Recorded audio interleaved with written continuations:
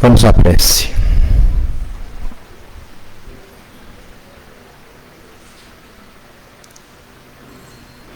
Mestre Jesus, Mestre de luz, Senhor dos senhores, te agradecemos mais uma vez pela oportunidade de juntos estarmos, nossos irmãos, para ouvirmos a tua palavra, o teu ensinamento, o caminho que nos deixastes para o nosso aperfeiçoamento diário. Que bom termos em Ti, como mestre, amigo, nos orientando todos os dias, nos dando a oportunidade de colocarmos em prática o que aprendemos na doutrina que abraçamos. Essa doutrina de luz, essa doutrina de ensinamento, essa doutrina de verdade, que nos leva à credibilidade na vida eterna, nessa passagem rápida por esse planeta, permitindo que possamos a cada dia melhorar para podermos, quando passarmos para o outro lado, para o mundo espiritual, possamos ao desembarcar, abrir nossas malas com nossa contribuição de aperfeiçoamento e de melhora, que é o objetivo de estarmos encarnados. Mestre, amigo, não temos palavras para agradecer as oportunidades que nos deixa. Ilumine nosso palestrante da tarde, para que mais uma vez possamos sair daqui com nosso caminhãozinho cheio de melhoras, de possibilidades e colocarmos em prática aquilo que nos deixaste.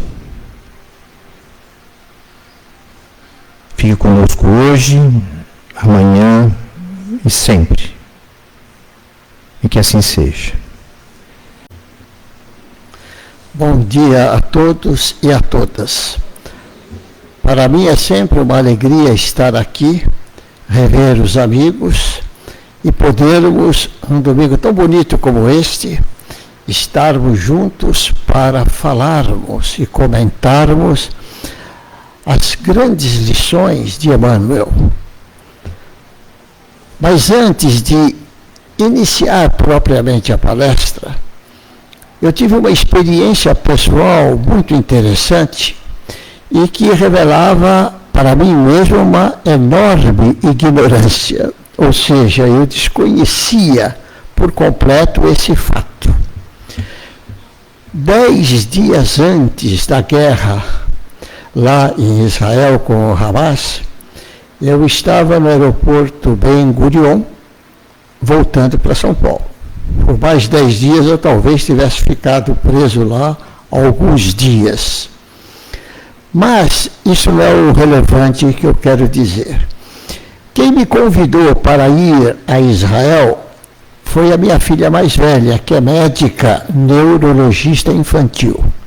Ela ia fazer, como fez, um congresso mundial em Jerusalém. Sabendo que eu sempre tive vontade de ir para aquela região e nunca tinha ido, me convidou para acompanhá-la. Eu aceitei, é claro, né? E após o congresso, que ia durar 3 dias, nós iríamos conhecer os pontos lá de Israel, a Terra Santa e aquela região. Feito isso, voltamos para São Paulo. Ela, a minha filha, se reuniu com os meus 2 outros filhos, né, para comentar sobre mim, o que ela observou, porque no dia a dia ela tem a casa dela, tem a vida dela, mas acabamos ficando 20 dias juntos lá em Israel. E ela, como neurologista, encontrou-se com o irmão e comentou: olha, o pai está com uma deficiência auditiva. Muitas vezes, do ponto de vista lateral, ele não ouvia o que estava sendo falado. E é verdade, eu tinha uma deficiência, mas não ligava para isso.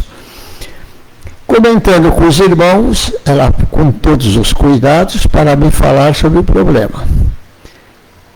E me falou, olha pai, por isso que eu estou fazendo essa introdução que pode ser útil às outras pessoas. Eu não sabia, certamente aqui muitos já sabem. Ela me disse o seguinte, olha, 30% dos casos de demência na terceira idade ocorre por deficiência auditiva. Que demência? Alzheimer, Parkinson e outras coisas mais. E isso precisa ser tratado. Depois eu, obviamente, fiquei um pouco assustado e fui verificar na internet e verifiquei já números não oficiais, é claro, mas um número maior até de 30%. Eu cheguei até a ver 42%, como vocês poderão ver no Google. Ou seja, nós idosos vamos perdendo a audição e não sabemos que a perda dessa audição contribui para a degeneração do cérebro e, consequentemente, nos levar precocemente para um processo de demência, o que é muito triste. Parkinson, principalmente o Alzheimer e assim por diante. Bom, isso tem tratamento. O tratamento é fazer exames, audiometria, verificar a deficiência, se cabe ou não a utilização de um aparelho ou outra coisa qualquer. Ela me pegou pelo braço, me levou até o consultório de um especialista amigo dela e fez o teste. Realmente havia um problema que era de origem da infância.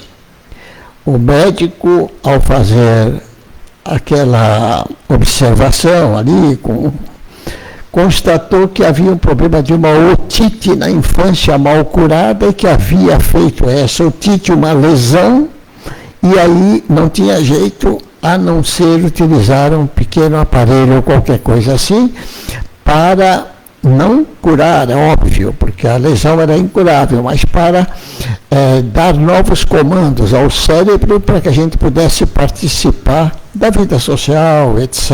e tal.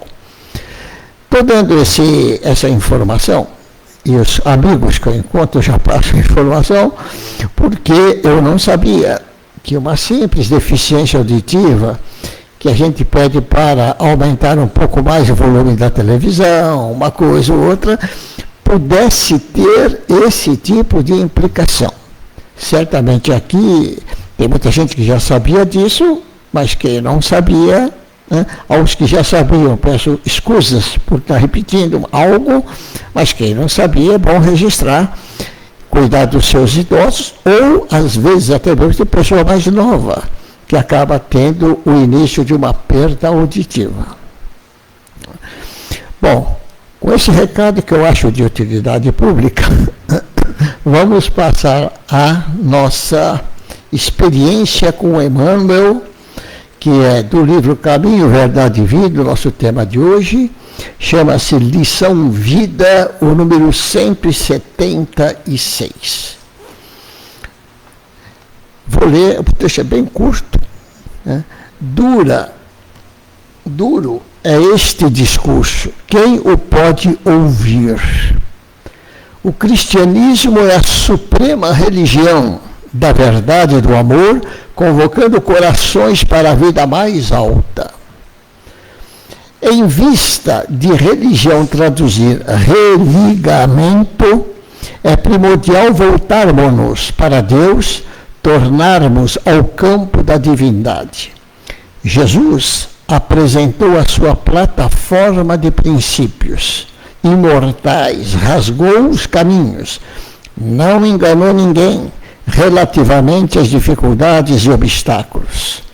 É necessário, esclareceu o Senhor, negarmos a vaidade própria, arrependermos-nos de nossos erros e convertermos-nos ao bem. O evangelista assinalou a observação de muitos dos discípulos. Duro é este discurso, quem o pode ouvir. Sim, efetivamente é indispensável romper com as alianças da queda e assinar um pacto de redenção. É imprescindível seguir nos caminhos daquele que é luz de nossa vida. Para isso, as palavras brilhantes e os artifícios intelectuais não bastam. O problema é de que quem pode ouvir a divina mensagem, compreendendo-a com o Cristo e seguindo-lhe os passos.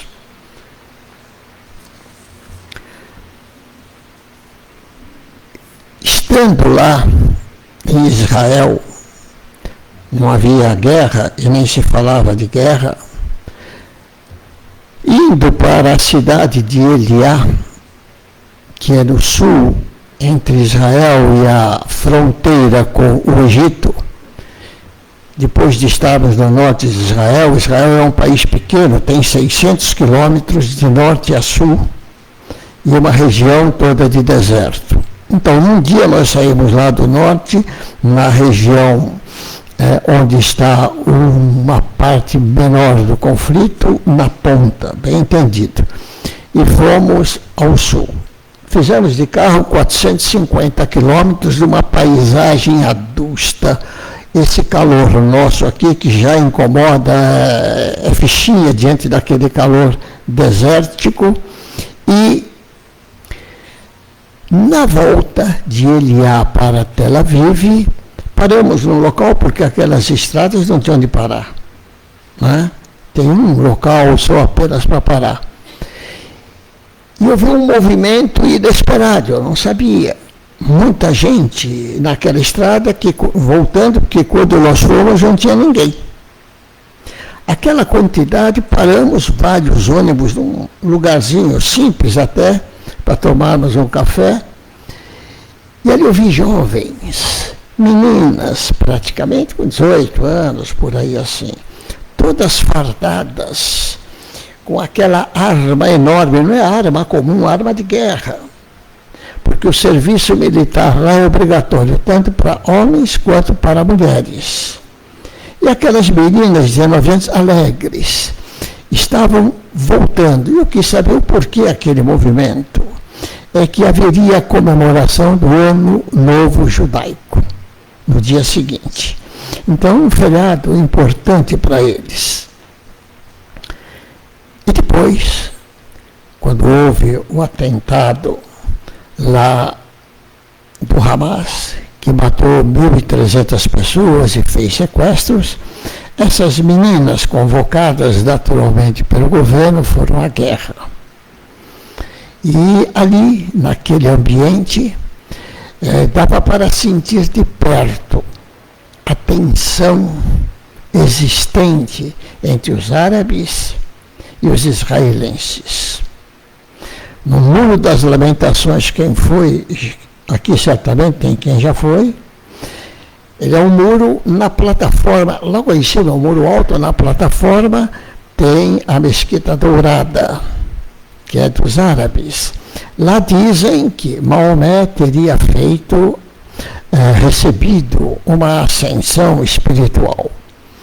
Bom, o fato é que se um judeu entrar ali dá problema. A gente não sabia, eu não sou judeu, entrei, fui muito bem recebido, estava vazio, e no chão, que era um tipo de estacionamento, havia uma família árabe. Eu pedi licença, não falando árabe, é claro, mas se eu podia filmar, eles concederam, as senhoras, 2 senhoras, crianças e um senhor, muito gentis, né? Pude sentir o calor daquele povo, como senti também o calor dos judeus quando eu com eles conversava. O que isso quer dizer? Quer dizer que lá naquela região onde Cristo nasceu e viveu, onde existe um enorme conflito religioso, nós vamos chegar no texto de Emmanuel a esse primeiro ponto, primeiro parágrafo. O cristianismo é a suprema religião da verdade e do amor, convocando corações para a vida mais alta. Vejam um fato que é praticamente desconhecido e a grande imprensa, a mídia não tem abordado. Neste momento se trava no mundo uma guerra terrível entre um grupo terrorista e um Estado organizado, Hamas e Israel.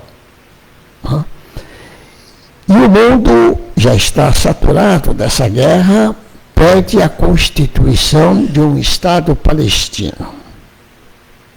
Penso eu que esse Estado, que já foi proposto pela ONU em 1948, ou seja, o Estado de Israel, o Estado palestino, e os palestinos não aceitaram as condições daquele Estado, hoje dificilmente poderão aceitar, porque o que existe lá é uma guerra religiosa e também uma guerra de grupos entre os próprios palestinos.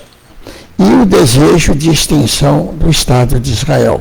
Não estou fazendo juízo de valor nem de um lado e nem de outro. Estou apenas tentando entender como está se passando esse enorme sofrimento.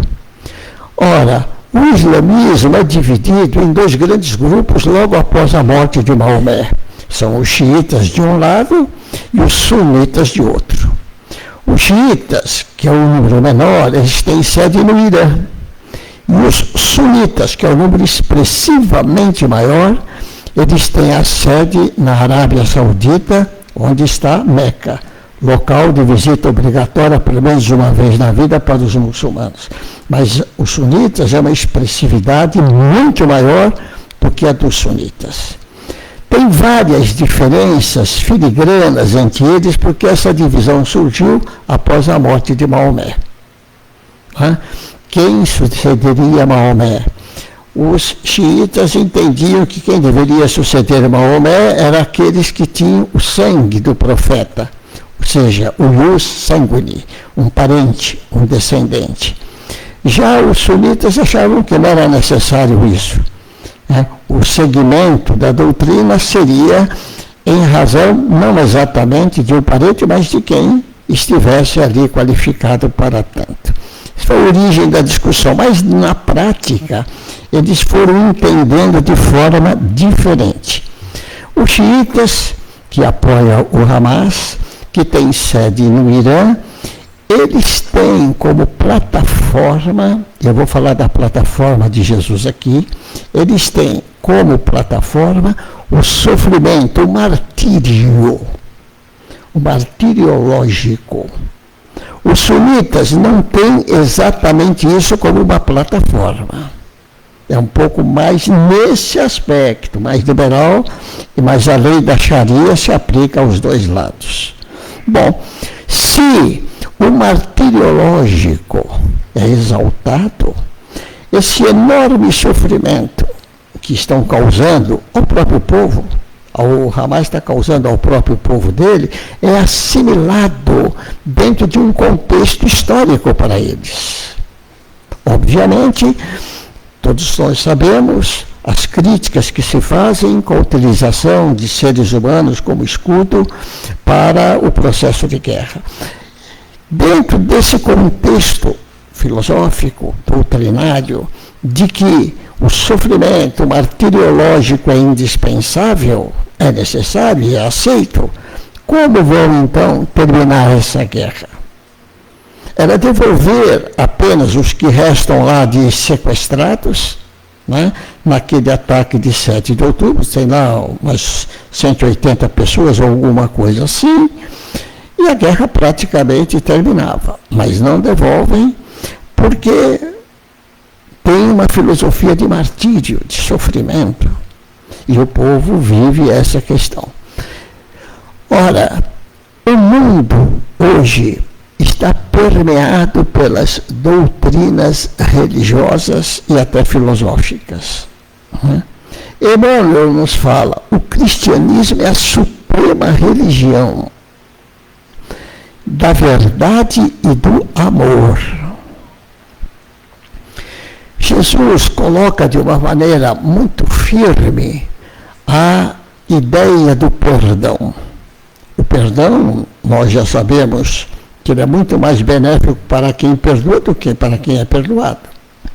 Porque a pessoa retira de si a mágoa, o sofrimento, o ódio e não fica fixado na outra pessoa. Então é um processo terapêutico importante, por isso Jesus foi o maior terapeuta da humanidade. Hoje se reconhece isso. O judaísmo tem a ideia do perdão, porque Jesus frequentou as sinagogas, ele era judeu, na sua infância lá em Nazaré. Quando eu estive lá em Nazaré, perto da igreja da Anunciação, tinha uma sinagoga lá. E Jesus foi criado na sua meninice lá em Nazaré. Por isso ele é chamado muitas vezes Jesus de Nazaré, quando ele nasceu, na verdade, em Belém. Né? Mas ele viveu aquela parte toda. Então ele frequentou a sinagoga. O judaísmo o influenciou. O perdão já vem há milênios antes colocado no judaísmo. A ponto de Israel ter um feriado nacional chamado do Yom Kippur, que é o Dia Nacional do Perdão. Mas o perdão advogado proposto por Jesus é infinito. É um perdão de 70 vezes, 7 vezes cada ofensa.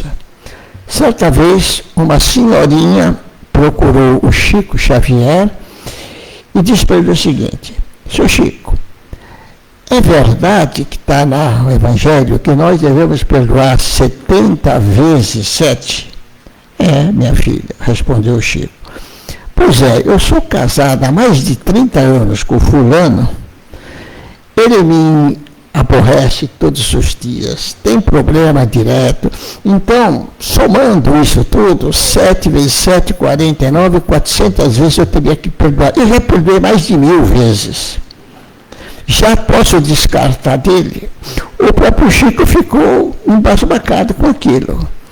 Emmanuel veio em socorro dele. Falou assim, ó, diga para ela o seguinte: tem que perdoar 70 vezes 7 cada infração. Bom, então é infinito. Né?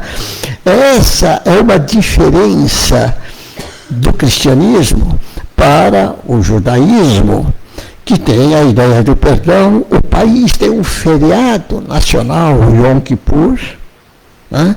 Nesse sentido. Então, quando Emmanuel fala que a suprema religião de verdade e de amor é o cristianismo, ele fala uma verdade, porque se formos dar um passeio pelas religiões comparadas, nós não vamos ver assim uma religião que coloca o amor, o perdão, aliado aos outros valores do cristianismo, da mesma forma. E seguindo à frente, Emmanuel diz isso. Jesus apresentou a sua plataforma de princípios imortais. Ora, Emmanuel, nós sabemos, foi um senador romano. Portanto, foi um político. E quem apresenta uma plataforma de princípios, normalmente, são os políticos. Ele aqui, Emmanuel, revela, ainda que talvez inconscientemente, a sua origem lá atrás em Roma. E dá a esse tema de Jesus a ideia de uma plataforma de princípios imortais. Então, que plataforma é essa que nós vamos encontrar no discurso, né? O cristianismo é a religião do amor. Do amor a si mesmo e amar ao próximo como a si mesmo.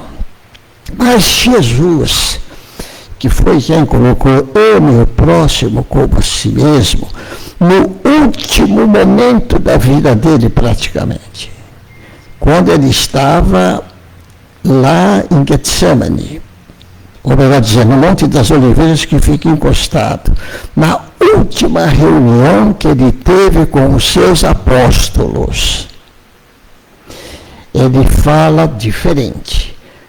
Ame ao próximo como eu vos amei. Ou seja, não ame exatamente como a si mesmo, porque às vezes é difícil fazer essa identificação. Mas ele eleva o amor à potência maior. Ame ao outrem como eu vos amei. É o final, é o epílogo do recado de Jesus, no momento em que, em seguida, ele é preso e vai seguir para o julgamento e dali para a execução lá no Gólgota. Então, quando nós vamos ver o cristianismo na sua essência principiológica, nós vamos encontrar o amor ao próximo. Não exatamente o amor como a nós mesmos, porque muitas vezes nós não temos nem amor próprio, a situação é mais difícil. Mas tentar chegar à excelsitude do amor de Jesus. Obviamente, a partir do momento que nós amamos, o princípio cristão nos leva naturalmente à compaixão, ou seja, a sentir a dor do outro, a perceber a extensão dessa dor, dentro de um olhar não de crítica negativa, mas de compaixão, de estar juntos, né? De sentir aquele sofrimento e tentar minimizá-lo. Como? Pela caridade, que é o amor em ação, caritas. O amor em ação, porque o amor simplesmente simbólico, ele ficaria num plano inatingível, mas é o amor que se concretiza no ato, na ação. Então a caridade é o amor em ação, é o amor em movimento.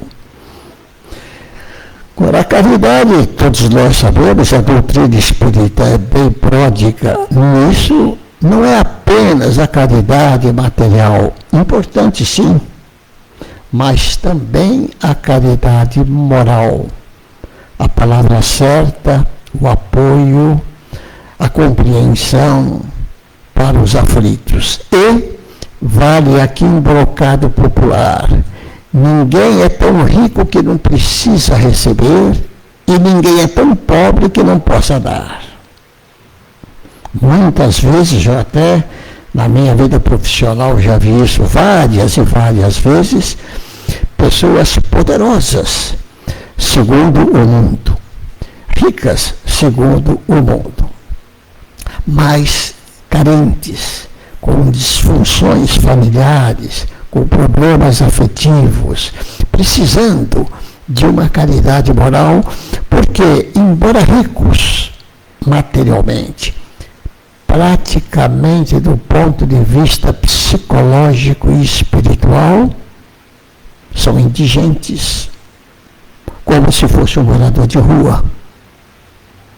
Estão catando os lixos da mente, sem entender a origem, a base dos seus próprios conflitos, e o que, na administração de enormes patrimônios, desenvolveram certos tipos de valores e de apegos que acabam complicando relacionamentos familiares, com filhos, com esposa, etc., e sofrem muito. Então, a caridade, do ponto de vista material, é fundamental, porque o amor é um movimento do ponto de vista material. Mas a caridade ética, a caridade moral, a compreensão e a compaixão, a solidariedade, são os elementos básicos que tornam o cristianismo essa religião suprema, como nos afirma Emmanuel neste texto. Então, nós vamos verificar aqui, na afirmação de Emmanuel, Jesus não enganou ninguém relativamente às dificuldades e obstáculos. E quando nós vamos em Mateus 10.34, Jesus disse: não penseis que vim trazer a paz à terra. Não vim trazer a paz, mas a espada. Ora, o profeta do amor, né, o símbolo da caridade, do perdão, da compaixão, da solidariedade. Fala que não veio trazer a paz, mas a espada. Isso causa uma espécie. Porém, o que significa isso na prática? Jesus, sim, não veio conformar com o seu tempo. Ele veio romper com o passado. E, em grande parte, romper um pouco, veja bem as palavras que eu estou usando, romper um pouco com o Velho Testamento. Aquele Deus irado, iracundo, aquela justiça forte, violenta, própria para o homem primitivo que existia naquela época e que não tinha ainda a sensibilidade de compreender o novo Deus que surgiria com o Novo Testamento. Chegou naquela fase a espiritualidade superior e entendeu que já era o momento de começar a sair daquele tipo de concepção. Porém, aquelas concepções antigas ainda estão lá, causando guerras, causando sofrimentos, causando problemas. E Jesus não veio trazer esse tipo de paz. Ele veio para romper. E ao romper, ele não falou uma mera ruptura. Eu trago a espada para um corte naquela visão de mundo para uma nova visão de mundo. Daquele mundo antigo, de um Deus iracundo, para um Deus novo, que defendia o perdão, a caridade, a compreensão, todos em si os valores do cristianismo. Dentro desse aspecto, o que Emmanuel nos recomenda no seu texto? Que deixemos para praticar essa visão cristã, genuína, pura, legítima, nós temos que negar a própria vaidade, temos que arrepender dos nossos próprios erros, temos, enfim, que evoluir. Essa é a linha proposta por Jesus.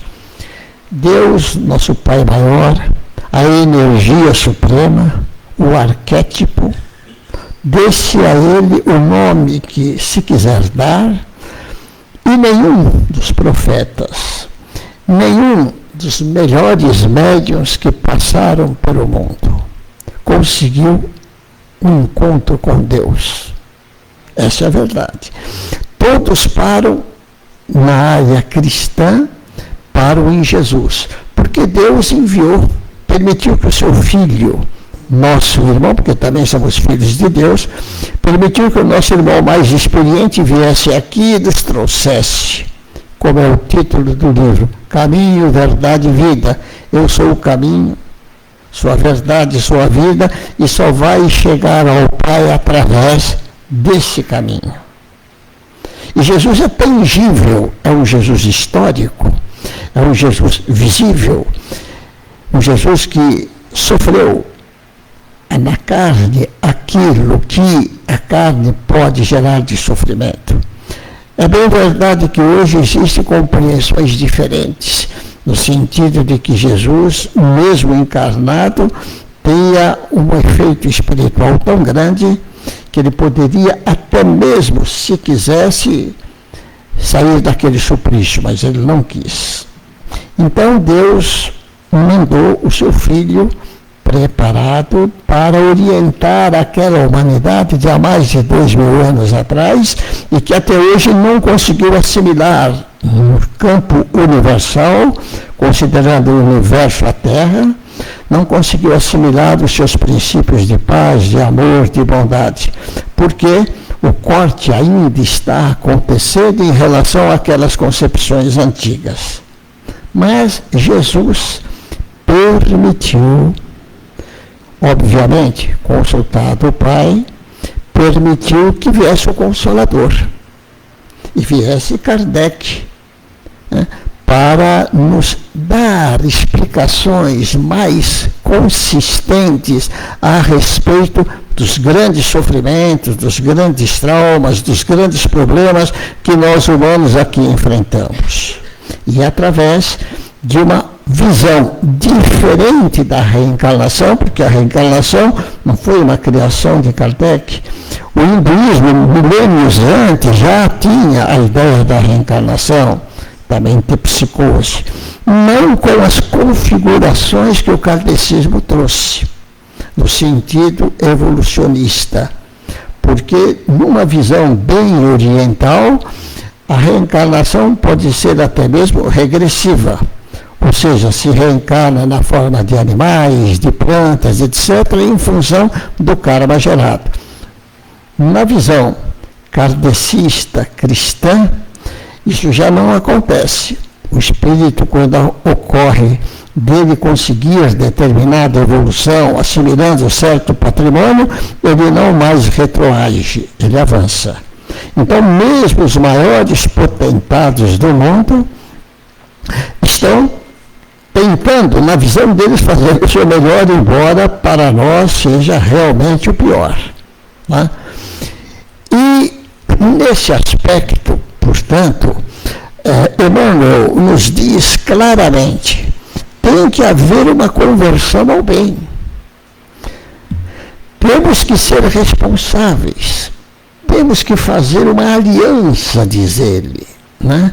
Para evitarmos as nossas quedas, que são naturais. Dentro desse quadro, portanto, a visão kardecista, aliada ao cristianismo, ela nos ajuda a compreender muito mais do que outras visões reencarnacionistas que existem.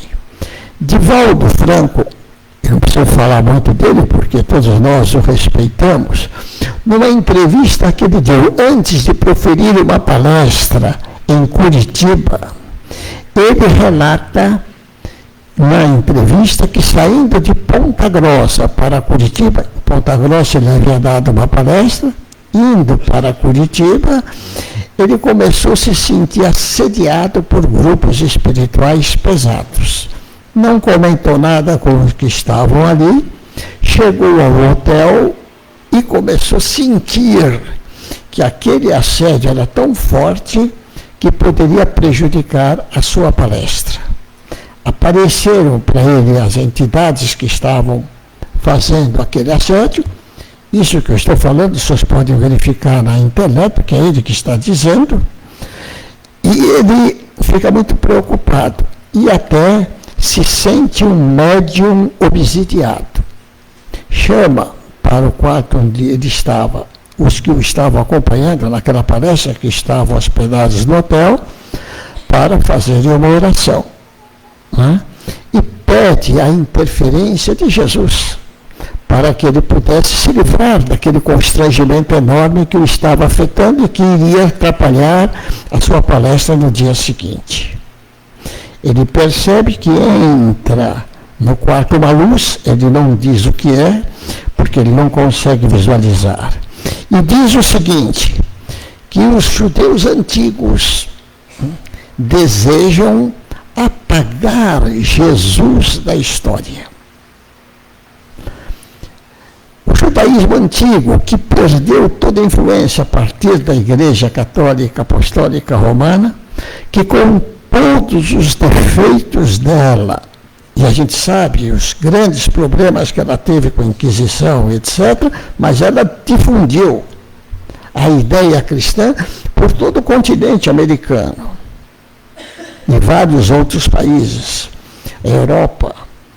Então, isso tornou o judaísmo uma religião pequena, para um grupo pequeno. De forma que hoje, se alguém quiser, por exemplo, buscar a cidadania israelense, desde que tenha alguns predicados próprios da legislação dele, precisa se converter ao judaísmo. E o judaísmo é uma religião pequena, porque atribuem os judeus antigos a Jesus a condição de ter feito aquela diáspora e, consequentemente, ter praticamente modificado aqueles princípios judaicos. E eles ainda levam muito a sério. naquela minha viagem, eu dou um exemplo. Num sábado pela manhã, saímos eu e minha filha numa pequena excursão para o Mar Morto. Calor terrível. Né? O Mar Morto é recomendável que se possa ficar nele no máximo 15 minutos por dia. Né? E se recomenda não deixar a água bater no rosto, etc., porque a salinidade é tal que pode fazer muito mal. Bom, eu já tenho idade. Né? Fui lá, fiquei uns minutos, eu já saí quebrado. Né? Entrar naquele mar com aquelas pedras, é tudo pedra, eu nem sabia disso. Descalço, machuca. Você fica andando ali, quem conhece já vai preparado com aquelas sapatilhas e tal. Bom, voltamos. Isto era uma sexta-feira. Chegamos no ponto em que nos pegaram de manhã, né, mais ou menos 5:30 da tarde. Então tínhamos meia hora para chegarmos ao nosso hotel. Aquele calor imenso, a desidratação, o cansaço. Descemos do ônibus, minha filha jovem, magrinha, lépida, vai andando na frente e tal. A gente vai lá mais devagar atrás. Tinha uma rampa até chegarmos ao ponto onde a gente pegava aquele trenzinho, que é o tipo monotrilho, mas não é monotrilho, para que a gente pudesse ir para o hotel. Naquela subida, eu travei. Parei. Ainda bem que tinha uma muletinha para segurar. Cãibra nas duas pernas. E cãibra, acho que todo mundo já deve ter tido, não é fácil. Aquilo dói mesmo. E foi nas duas, eu não conseguia dar um passo. Minha filha disparou lá na frente. Aí eu falei, ela olhou para trás, falou, eu não posso andar. Como? Cãibra. E aquilo travou. Problema de hidratação, o esforço, seja lá o que for, travou. Ela é médica. E como médico, todos os médicos, talvez aqui tenha algum médico, eles são contra a automedicação. Mas eu, quando saio longe, eu já estou prevenido. Eu compro todos os remédiozinhos aí que pode ajudar na hora, no problema que eu tenho. Estava com uma mochilinha e tal. O que foi, pai? Travei. Está doendo, isso aqui eu não consigo andar mais. Falei, olha, pega na minha mochila aí. Relaxante muscular, eu tinha levado duas marcas de frente, peguei o mais forte. Pega esse que eu vou tomar. Nessa altura eu não podia fazer mais nada, porque não tinha outra solução. O que é um médico sem o remédio, sem o hospital, sem nada? Não tem como fazer. Pegou, tinha água na garrafinha, eu tomei aquele relaxante muscular. E estava parado, porque eu não conseguia andar. Minutos depois, até que foi rápido, uns 10 minutos ou um pouco mais, o remédio fez efeito e eu senti que dava para dar uns passos. E dei uns passos. Terminei de subir a rampa. Quando nós olhamos, aquele último trenzinho, porque era o Shabá, era sábado, e o Shabá começa ao cair do sol da sexta-feira, mais ou menos 6 horas, o último trenzinho estava embora. E não tem mais nada, absolutamente nada. Não tem táxi, não tem polícia, não tem nada. E tinha que caminhar uns 5 quilômetros até chegar no hotel. Imagina. E não tinha jeito. Olhei para todo lado, virou deserto. Os judeus levam muito a sério o Shabá. Eles param mesmo. Bom, não teve jeito. O remédio estava fazendo efeito, tem que andar. Andando e tal, mais um pouco, na calçada eu vi que estava aberto ali um tipo de uma mercearia pequenininha, estava fechando, eles estavam fechando a porta. Olhei de longe E vi lá, tinha uma geladeira, aqueles sucos. Eu falei, ela fala para ele lá, porque o meu inglês não serve para nada. É só uma coisa ou outra, ela fala. Mas eles vendem ainda para a gente uma garrafinha desse suco aí gelado. Sim, então foram gentis, venderam. Peguei 2 garrafinhas daquela, tal, alaguei Gatorade para repor, né? E dali tive que fazer 5 quilômetros. Se tivesse, não tivesse aquele remédio, eu não sei, tinha que dormir lá num banco qualquer do ponto para só no sábado, isso era sexta-feira, só no sábado, depois das 6 horas, depois que caiu o sol, o pôr do sol, é que aquilo é permitido que eles voltem a funcionar. Então, as tradições judaicas são rígidas. Eles cumprem dessa forma. E isso, quem for para lá, fica esperto, porque na sexta-feira à noite a coisa fecha tudo, né? É uma religião, portanto, muito forte. Ao lado dela, bem ali juntos, estão vivendo juntos. Árabes e judeus estão vivendo juntos. Tem o Islã, que também tem o grupo xiita, tem o grupo sunita. Os xiitas é mais complicado, mas os sunitas também têm a sua complicação. Por que explodiu esse conflito? Porque a Arábia Saudita, que tem um número maior de adeptos do islamismo, ela ia celebrar um acordo com Israel. Estava bem encaminhado sob o patrocínio dos Estados Unidos. Dias antes de eles se encontrarem para fechar esse acordo, houve a reação do Hamas, que é xiita, para implodir aquele acordo, queria dar uma nova configuração no Oriente Médio. Ou seja, a raiz está no pensamento religioso ainda, nos conceitos, na forma de ver o mundo, na forma de ver a vida. Não estou fazendo crítica nem a A e nem a B, nem defendendo nem A e nem B. Apenas estou constatando um fato histórico de conhecimento público e que não tem sido muito divulgado. Portanto, o cristianismo surge com a espada que Cristo levanta, cortando certas interpretações do Antigo Testamento, certas condutas, para inaugurar a era do amor. Einstein, que teve uma filha com a qual ele não conviveu, chamada Liesel, ele, quando correspondia com sua filha, enviou a ela uma carta, talvez muitos já conheçam, dizendo o seguinte: olha, a força mais poderosa que eu conheço, muito mais poderosa do que o átomo, do que a possível bomba ou qualquer coisa que o valha, a força mais poderosa é o amor. Então, Jesus, um amor puro, porém entendendo o mundo em que lá estava, procurou seccionar certos valores para inaugurar uma nova era.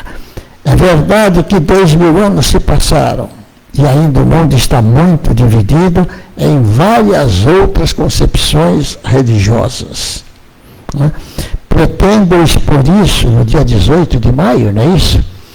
De uma forma mais extensa, fazendo as diferenças com o seminário previsto aqui. Já convido em nome aí do Virgílio para quem quiser para comparecer, onde pretendo fazer um estudo dessas religiões comparadas e ali detectar a especificidade, as características centrais do espiritismo cristão kardecista, né? Para vermos que na evolução do cristianismo, que tem também facções, nós chegamos a esse momento em que a revelação feita por Kardec, através dos espíritos que o assessoraram, nos traz uma visão de vida e de conforto. E Emmanuel, que hoje nós comentamos, é o paladino em grande parte, dessa transformação através da psicografia de Chico Xavier. E finalizando, ele diz assim: quem pode ouvir a divina mensagem, compreendendo-a com o Cristo e seguir-lhe os passos, por quê? Não vale apenas os artifícios intelectuais. Tem que pôr a mão na massa e trabalhar na ajuda, na construção do bem comum, enfim, colaborar para que o amor venha a imperar numa sociedade ainda marcada por dissensões, por violências e por interesses. Dessa forma, eu encerro por hoje agradecendo a atenção das senhoras e dos senhores. Muito obrigado.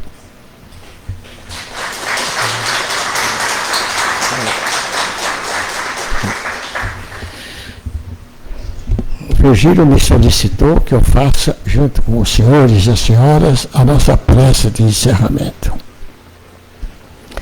Amado e querido Mestre Jesus, o Senhor que nos altiplanos da vida nos infunde a energia do seu amor, que fala ao nosso coração muitas vezes sofrido, porque não conseguimos entender tudo o que se passa ao mesmo tempo no planeta que o Senhor governa.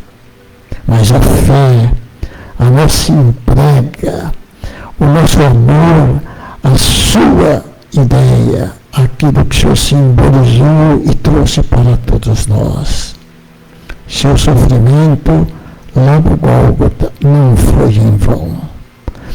Ainda temos, amado Mestre, muito que aprender para fazermos em nós mesmos a transformação íntima que precisamos para colocar em nossos corações, em nossas atitudes, em nossos pensamentos, o amor que o Senhor nos ensinou. Agradecemos sempre, porque o Senhor sempre nos ouve. Nós, infelizmente, é que às vezes não conseguimos ouvi-lo. Nos ajuda, Mestre, a entender o seu recado em cada momento de nossas vidas, porque todos nós que estamos aqui no planeta que o Senhor governa, somos ainda muito necessitados, precisamos de evolução para chegarmos aonde é necessário chegar. Ame-nos.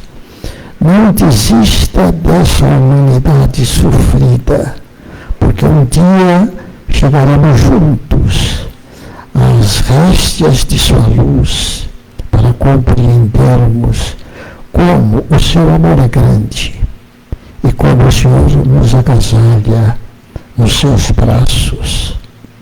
Muito obrigado.